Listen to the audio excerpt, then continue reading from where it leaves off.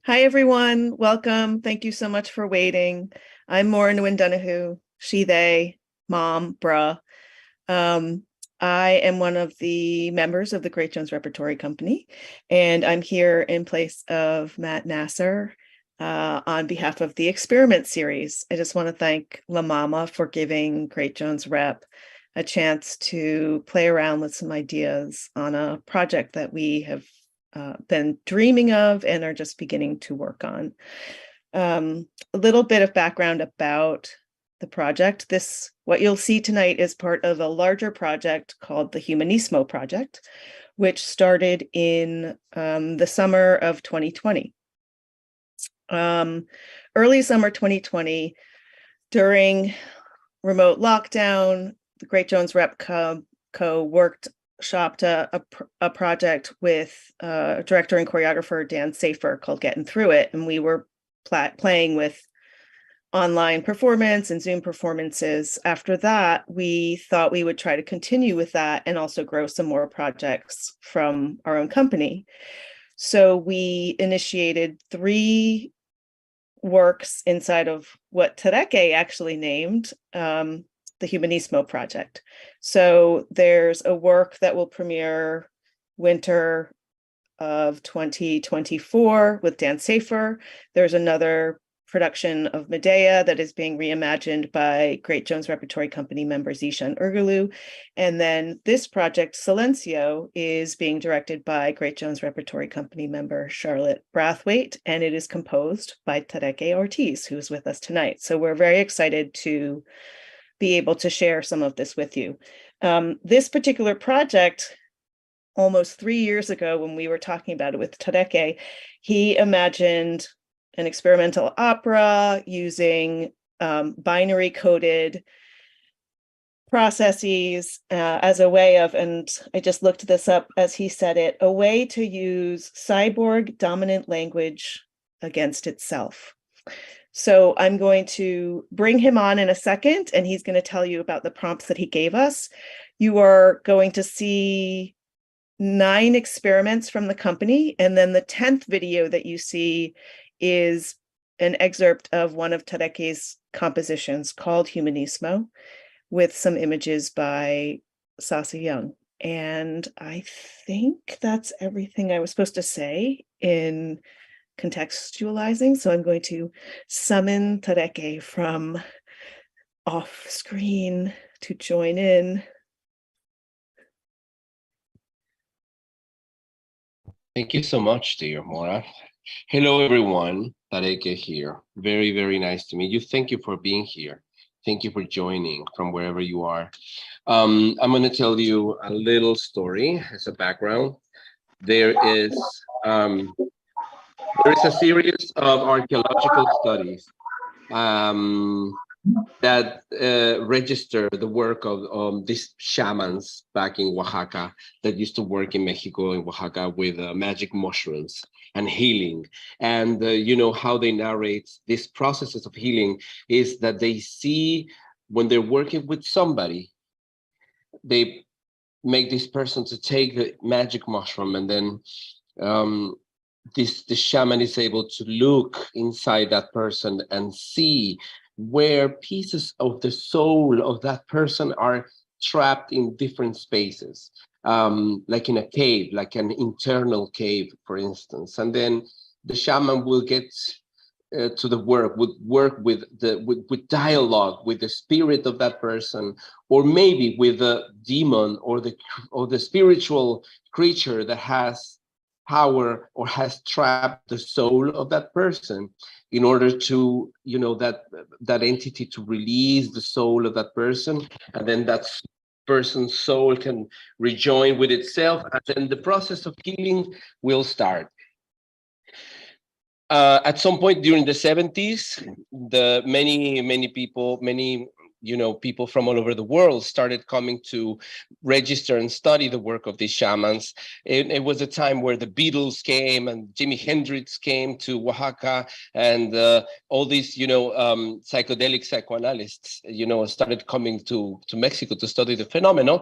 And the shamans say, some of them, and there is registered to all of this, that it seemed like with all these new people coming into the healing ceremonies, the power of the mushrooms was being lost, because the shaman, in order to work with the specific spirit of the person, would read a spiritual book that would appear in front of his eyes or her eyes, and would follow the guidance of people, some spiritual guides that were placed on a table next to the book. When all these foreigners, when all these people from all over the world started coming into the area, the book started reflecting words that were written in different languages, and the shamans were not able to read them. And the healing spirits that were on the table, they started to adding more. Each time there were more and more, and they would speak in languages that nobody, that the healers wouldn't understand. So they had a crisis with that, and they declared that the mushrooms had lost their power. Like a decade later, new studies and interviews with new shamans report that the new shamans learned the new languages of these entities, and then learned how to dialogue with them. And there were some funny anecdotes that speaks of some shamans that say that they needed to make dialogue with strange creatures, like one of them called Bugs Bunny, and another one called Mickey Mouse. And these were the spiritual entities that had some people's souls trapped somehow, and they incorporated this language into the processes of healing. So I thought that was very interesting, and I thought of what would be a new version of that kind of like new needed translation. So I posted the question. I put the question with the group. If what would be the ritual to save somebody's soul if it was trapped inside of a computer? And following the same logic of the shamans of the 80s and 90s, I thought, well, I should probably learn how to speak the language of the spiritual entity that has so many people's souls trapped in it. So I decided that language would be the binary code. And then I took some phrases and translated them into binary code. And then I made music with them. What you're going to hear today and see today is the work that the company made with this prompt. Take a principle, some category that is exclusively human, or that you believe is exclusively human, translate it into a binary code sequence, and then claim it back, just like you would claim your soul back from being trapped somewhere. Claim it back by interpreting this zeros and ones, 0, 1, 1, 1, 0, 1, 1, 1, into something that is again human. Because the compositions I made and this experimental opera has to do with that kind of mechanism. These zeros and ones are interpreted, and this is the last thing you will see today, or hear actually today, after we see the work of the company, of the Great Jones Repertory company. Two phrases that were treated in this way. One of them is humanism has died. It's a requiem. Humanism has died, and then translated it into binary code and read it with a chorus of voices, and it's a requiem. And the second phrase, because this piece was made also during the pandemic, more like hardest quarantine period, and so much what's going on in the world, I took the phrase, we are losing our right to breathe, and I turn it into zeros and ones with a binary code translator, and interpreted 0 as breathing in and 1 as breathing out, and added a slight rhythm of hip hop as part of the composition, because I wanted to imply that breathing is the future's resistance, language for the resistance. So that being said, I'm very happy and very honored to present to you what did the Great Jones Repertory company put together with these thoughts and all these prompts. And at the end, you will hear a little bit of this music. I want to thank all the team, technical team also from La Mama, and of course the delightful Great Jones Repertoire Company for their enthusiasm and support and work, of course. So here it is. I'll leave you to the videos and the interpretations and that the company made with this work.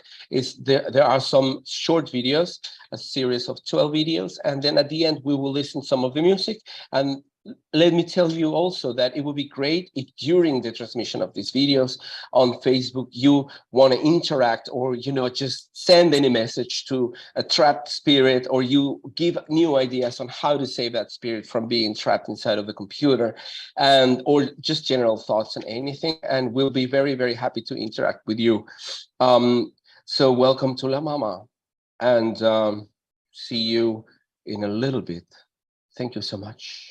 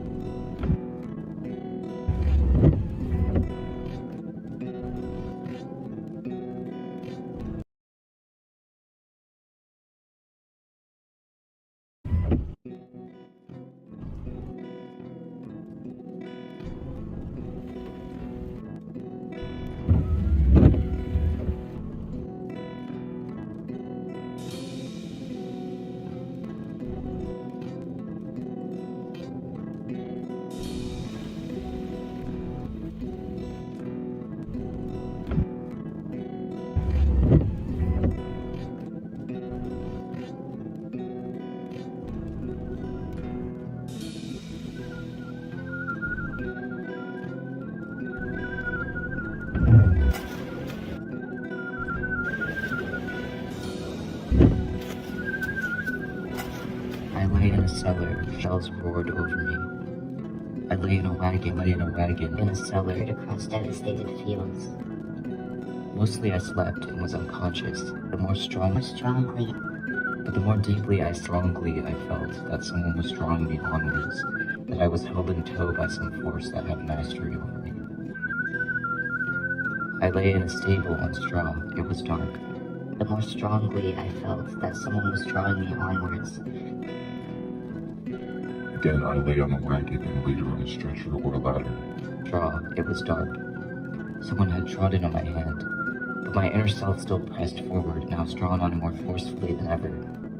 More urgently than ever, I felt I was being summoned somewhere, and I must finally get there. Draw. It was dark. Someone had trodden on my hand, but my inner self still pressed forward, now drawn on more forcefully than ever. Draw. It was dark. Now I was at my goal. It was night. I was fully conscious. Now I lay in a room, in a bed on the floor, and now I was at my goal. It was night. I was fully conscious.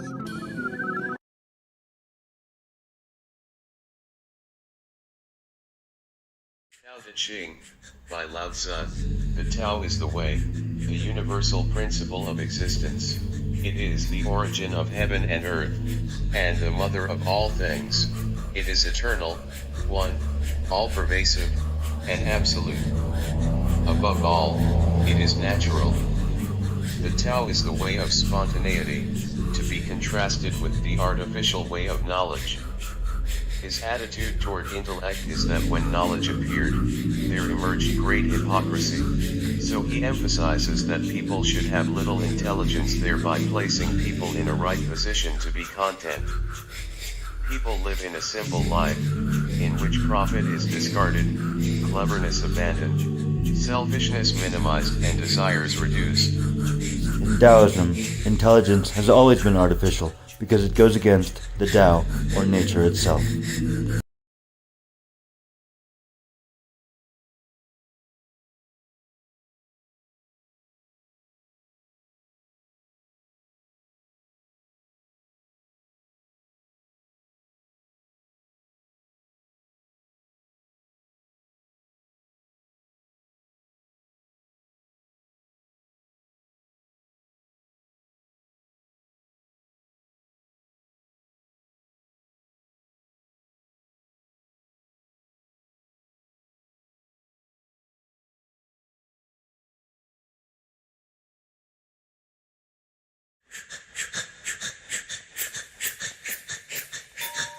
Binary.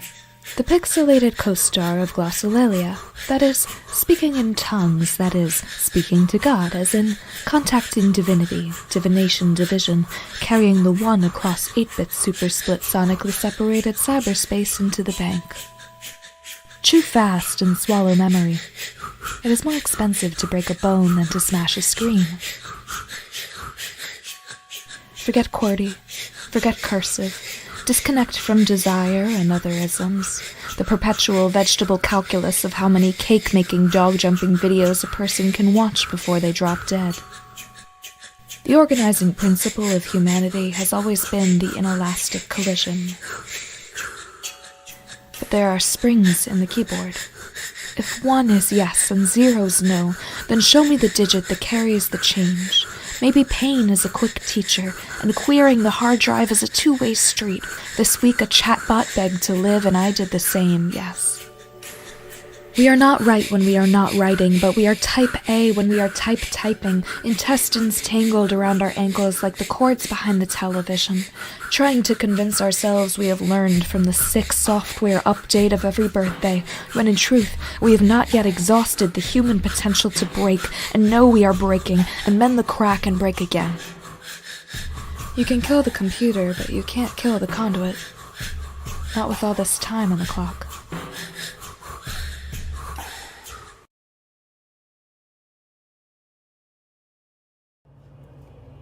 Trapped inside the motherboard. Code word, turkey head. Starting at the mama, 0111 0100. 0111 0101. 0111 0010. 011 01 011. 011 00 101. 01111 001. 01101 000. 01100 101. 011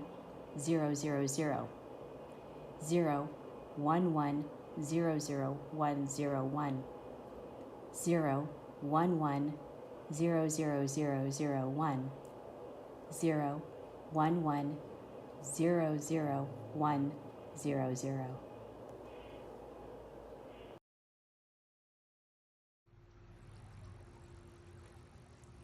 0 1 0 0 1 0 0 1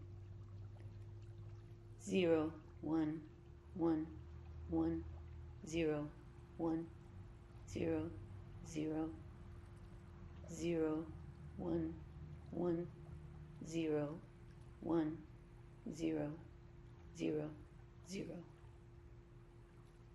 0 1 1 0 1 1 1 0 1 1 1 0 1 0 1 0 1 0 0 1 0 0 1.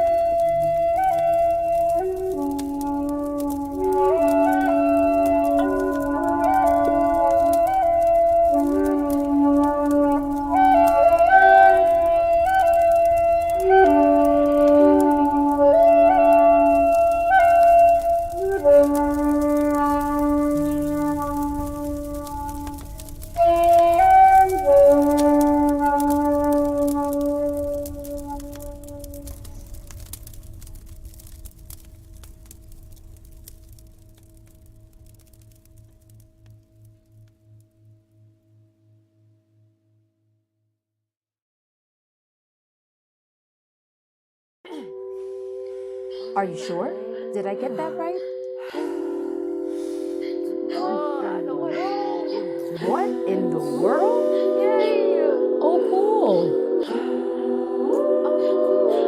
I mean, how fun.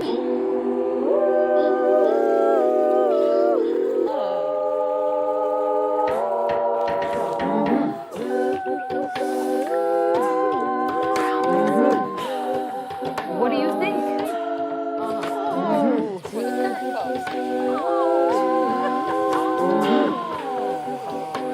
All right, I get it now.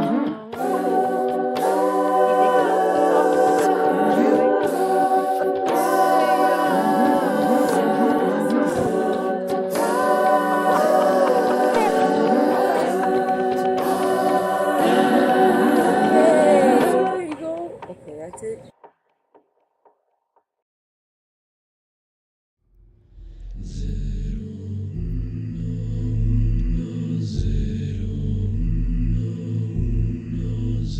Bueno, lo malo, lo mío, así lo mío. Estamos contigo para arriba, para abajo, me el suelo, el mago, la rana, la arena, me duele la pena, el pene, el sueño, me arranca el pelo, pelitos en olla, seguimos cebollas, palomas sin alas, un cuerpo sin alma, respira, me quita la vida, abre la sombrilla que ya viene el lodo, tan duro y grueso, se lo come todo.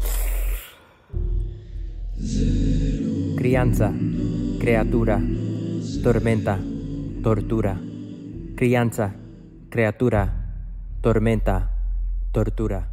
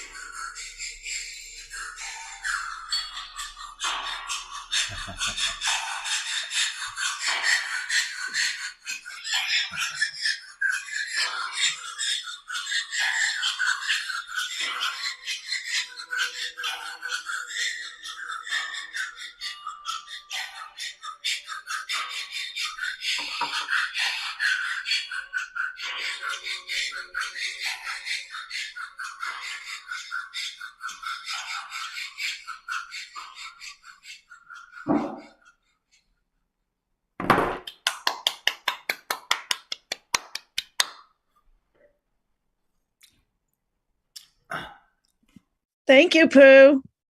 Thank you, everyone. That was beautiful, everyone. Good job. Where is Tareke? Oh, there you are. I think we did have a question from the audience, right? I'm only checking the Facebook, but the one about what was the purpose before filming? Yeah. David Gregory. Anyone want to take that? Sure. The purpose was, if there is any answer to the question what a ritual would be like in order to save somebody's soul from being trapped inside of a computer. During a couple of workshops, this being the second one we've made around this matter, community is one of the answers, like both in the notion of shamanistic healing and so, and also as for what to do with this new reality, how to save ourselves from being trapped inside of a computer. I mean, that's something we need to discuss. To discuss around it is a lot of what the answer is. It's not an objective. It's not a specific. It's not an answer to a question in a specific way. Sometimes we think of answers to questions as solutions to problems, as if we were talking about a financial process. And in some other epistemologies, in some other spaces, to dialogue is the solution itself. So we want to make a dialogue around this matter, because it is only the content of a dialogue what makes a Zoom meeting meaningful or not. Are we being truthful? Are we being deep? Are we saying what we really think? It doesn't matter if it's through Zoom or if it's on the phone or if it's presentially. It won't be a solution to any kind of trap.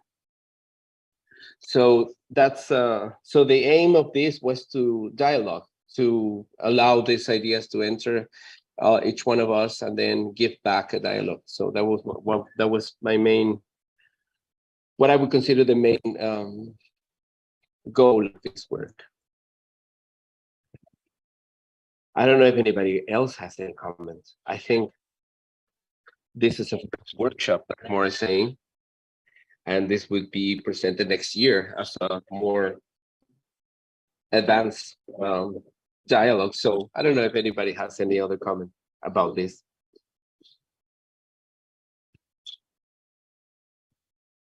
I'm happy to just jump in for a second. I just want to say thank you for inviting us into this process. I think it's really, I'm interested in how Great Jones Repertory Company begins to be able to actually share aspects of our creative methodologies for generating work. And so sharing that we met a week ago. We were given an assignment to take some text, put it through a binary translator, and then figure out what we were doing with that text, come back with about 60 seconds worth of material because there were a lot of people sharing. And with as simple a method as that, when you hand it to artists, you see such an incredible range of responses. And that in and of itself feels exciting in this moment where it feels like we might be precariously verging on an increase in the hostilities of artificial intelligence and carbon-based life forms. And something about the unpredictability of human choice making was very satisfying to me in watching what everyone came back with.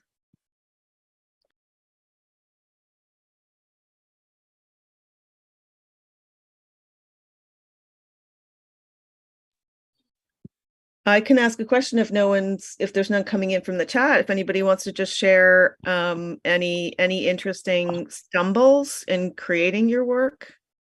I lost my balloon, which I found. I found this balloon as garbage on the beach, and then went to my next location and realized I'd lost the balloon somewhere.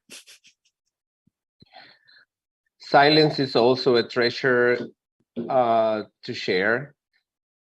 So if we receive your silence, I'm really happy about that too.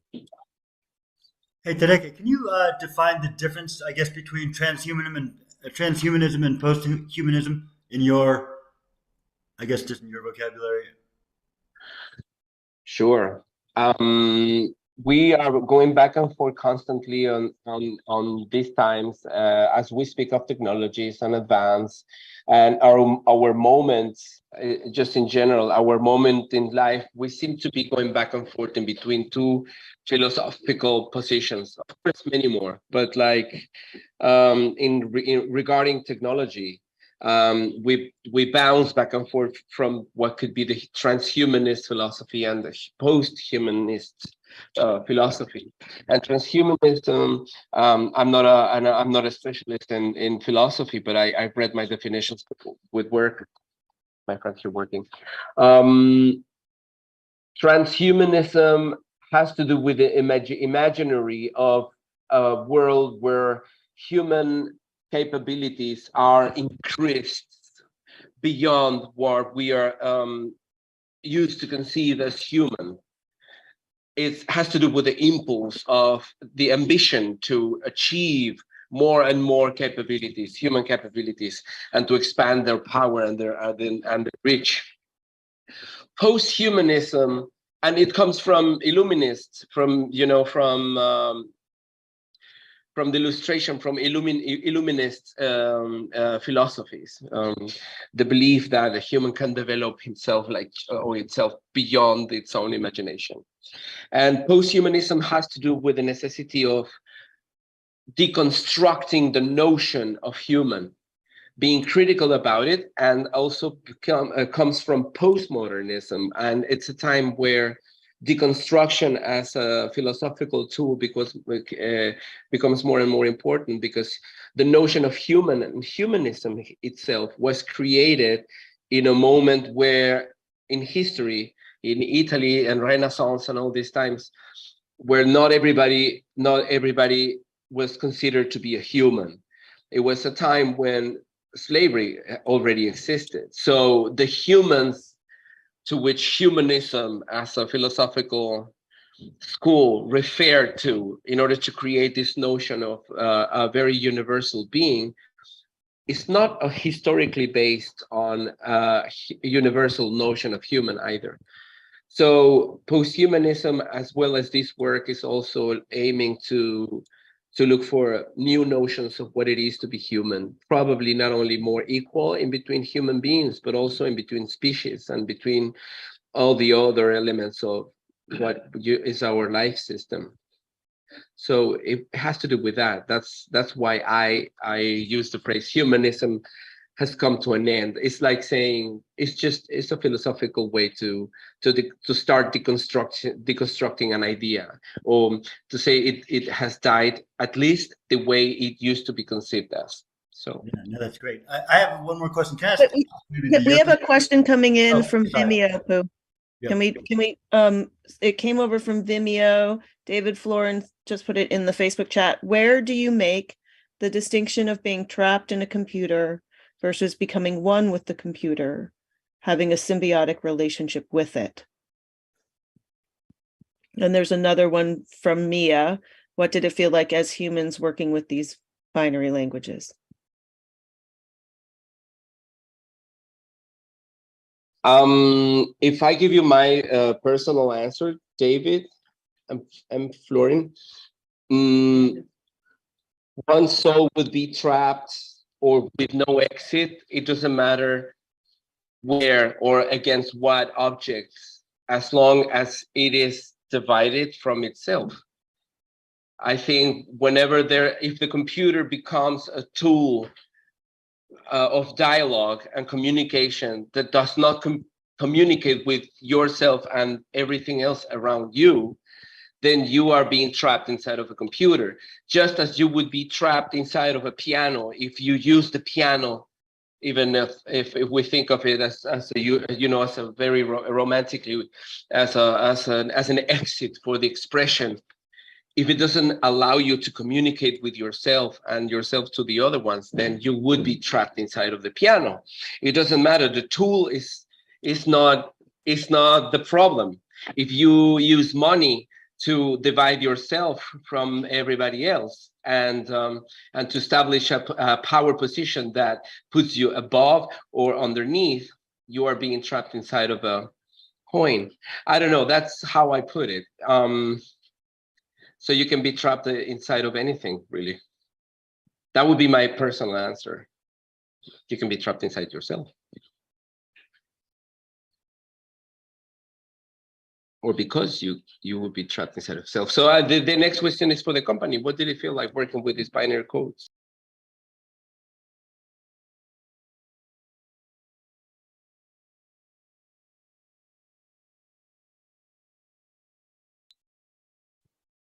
I'll chime in. It felt, for me, the binary alone felt insufficient. I wasn't going to write any text in English besides zeros and ones, and I felt like I had such a limited range of communication with really considering the audience. And I was interested in the challenge of speaking to humans in computers, speaking to computers are beginning to accept human language and spit it back out at us, but we are not doing the same in return. So I had that question, and then I reverted to human English text instead. Yeah, I felt the same way. I felt kind of constrained by the two choices, really. It's crazy. I worked in technology for 25 years, and just to think, even this, what we're happening right now, like the more I studied it, the less I believed it. Because how we're broadcasting this is zeros and ones are going through the air to a satellite in space and coming back down to us in like less than a second.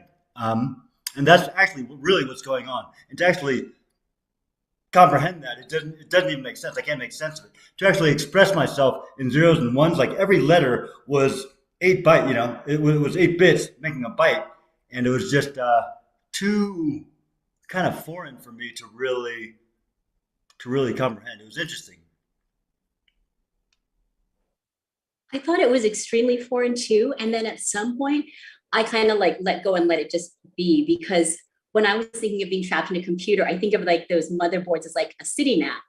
And then I just like put a pin on the llama and started like walking blocks, or trying to walk blocks on a map, and thinking, okay, so this just means left, this just means down. And then when I got to the water, it meant right and it meant up. And I was like, it was out of my hands. At that point, everything was just telling me where to go, and I just followed it. And so I sort of gave up trying to figure out anything more than that. I actually found it freeing. I appreciated the guidelines.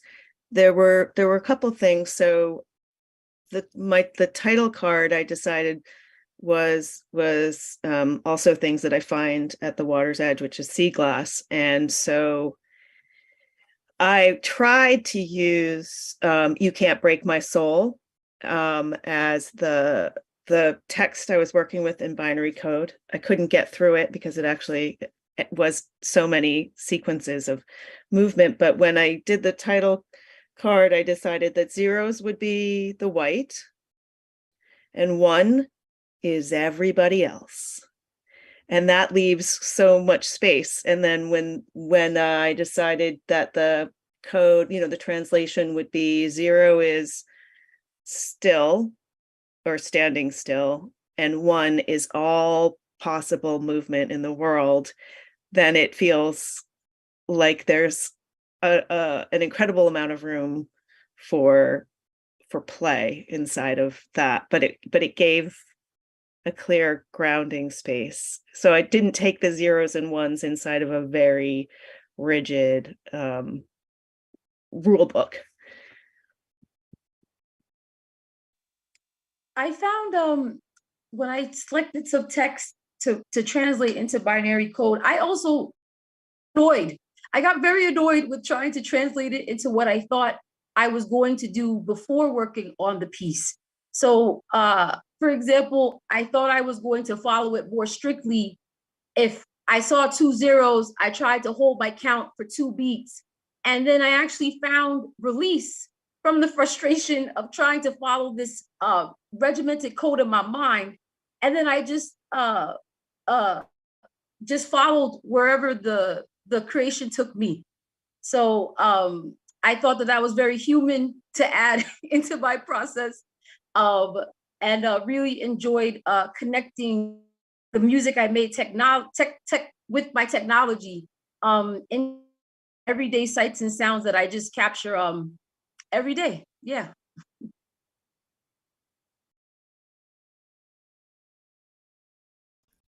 I got a question for the youngest person in our company.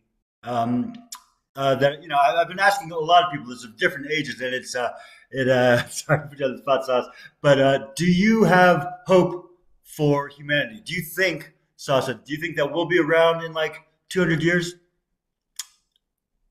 What do you think? I think older people don't care because we're going to be dead in 10. But it's like, I wonder, because usually, I mean, I do think it's almost like futile and hopeless. But when I do ask the younger people, they do have hope, and I find it inspiring. But because they have to, I would think, Anyways, go ahead.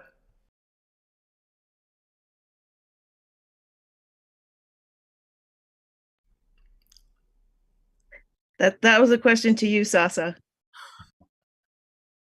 Can you hear us?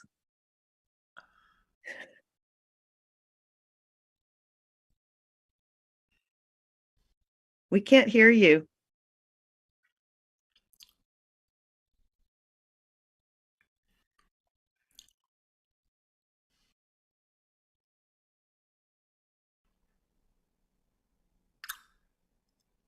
Yeah, Tareke says having hope in humanity looks different to all of us.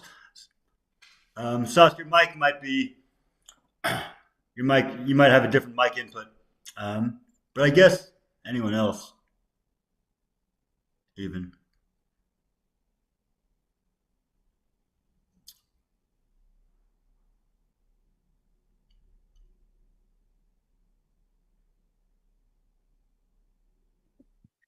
I don't know if humanity is really the thing that needs saving. But Yeah. that's Yeah. that's how I feel. We are by far the most invasive. The work we've done here. Yeah, interesting. Would hope for humanity look like the possibility of life for humanity as it is, or the possibility for the whole life living system? Yeah, I mean, that's where I feel like we're already transhumans, right? I mean, we're already trans/humans, but we're also transhumanism. We have technologies embedded in us in many different ways. And I think when we go to that other level, then we're entering into the post-humanism, where we're not the apex species. We actually find our way in union with the world that we're living in, and we become less human. And some other, we share this beautiful planet with all aspects of life. And I feel like in order to do that, we actually have to become a little less what we think of as human. I agree. So much of the investment of energy and life in becoming humans has been on detriment of everything else. So yeah, it sounds like I like that kind of human hope.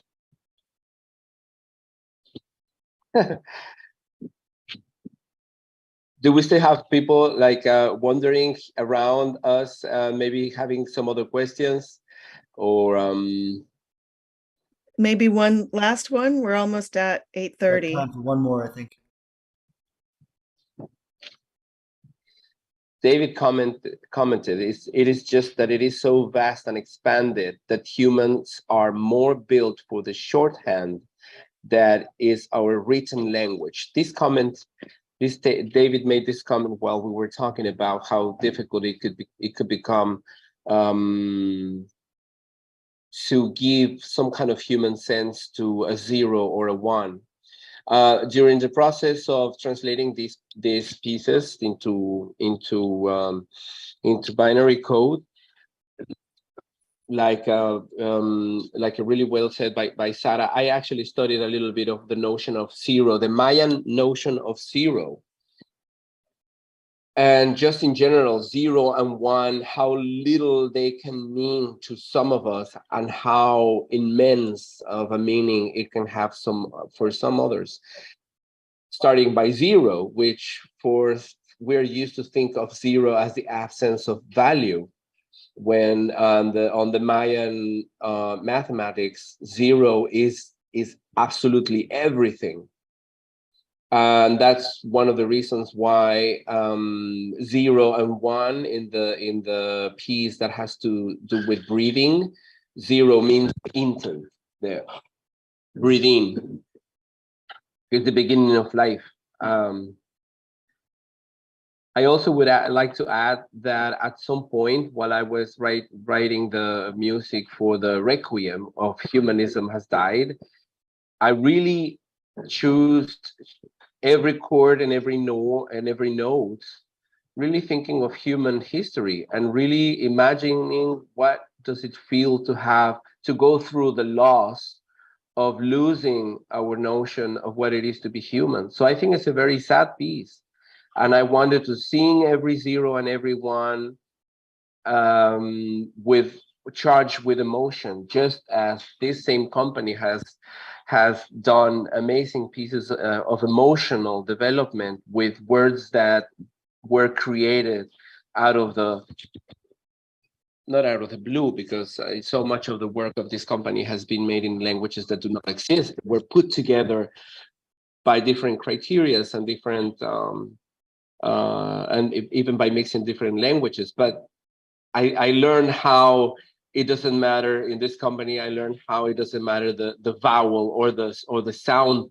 Every vocal sound is a musical instrument, and it could be filled with the most complex emotion. and it doesn't need words to deliver a message. That's one of the things that made me fall in love with this company at the beginning. It didn't need words. It wasn't exclusive for English speakers. It wasn't exclusive for anybody, you know. It was great. Can we hear you, Sasa?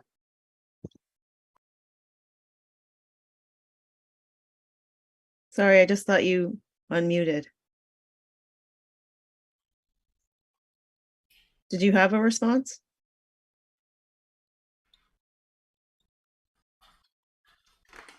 No, I don't. Okay. I think there's a delay for Sasa, but. Tareke, before we leave, can you just do that one? There is there is a moment in the piece where I took the word on, like to turn the computer on. So on sounds. That's on. So let's turn this computer on and continue the dialogue. Thank you, everybody. Thank you so much. Thank you, everyone.